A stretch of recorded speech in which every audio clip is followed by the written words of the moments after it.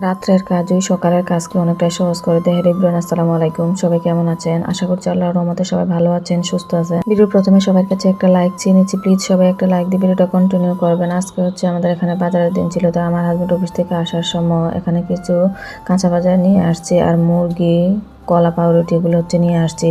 এগুলো এখন আমি সব কিছু গুছিয়ে রাখবো, সবজিগুলো গুছিয়ে রাখবো, মুরগিটাও কেটে ধুয়ে পরিষ্কার করে ফ্রিজে রেখে দিব। আর আজকে হচ্ছে রাত্রে খাওয়ার জন্য আমি 2টা ডিম রান্না করে নিয়েছিলাম। এই 2টা ডিম দিয়ে হচ্ছে আমরা 4জন খেয়ে নিব। বাচ্চারা তো ডিম রান্না করলে মহা খুশি হয়, কারণ তারা ডিম দিয়ে ভাত খেতে খুব পছন্দ করে।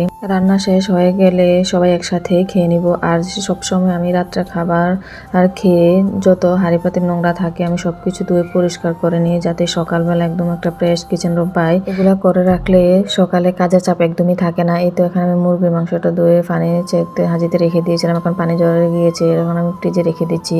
আর এই তো বুকের মাংসটা দেখছেন, এগুলো হচ্ছে আমি আলাদা করে রেখে দিই, কারণ বুকের মাংস রান্না করলে বাচ্চারা খেতে চায় না, আমারও খেতে একদমই ভালো লাগে না, তাই এগুলো আমি আলাদা করে রেখে দিই।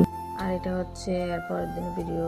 আমি সকালবেলা নাস্তা শেষ করে হচ্ছে রান্নার জন্য হচ্ছে আগে বাচ্চারা বাসায় থাকতে ঢেঁড়স আলু এগুলো কেটে কুটে রেডি করে রেখেছিলাম। আর যখন বাচ্চারা চলে গিয়েছে, ছোটো বাচ্চাকে ঘুম পাড়িয়ে তারপর হচ্ছে রান্না করতে আসলাম। এখানে আমি কিছু গাজরও দিয়ে দিয়েছি, এগুলো হচ্ছে আগে কাটা ফ্রিজে ছিল, তাই দিয়ে দিলাম। সবজির সাথে রান্না করলে খাওয়া হয়ে যাবে।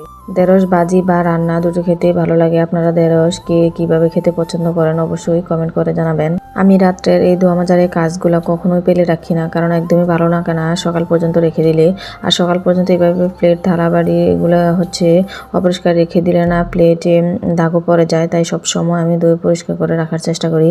আপনারাও কি এভাবে করেন কিনা অবশ্যই কমেন্ট করে জানাবেন।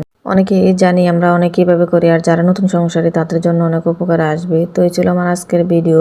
আপনাদের কেমন লেগেছে জানাবেন। সবাই ভালো থাকবেন। আল্লাহ হাফেজ, আসসালামু আলাইকুম।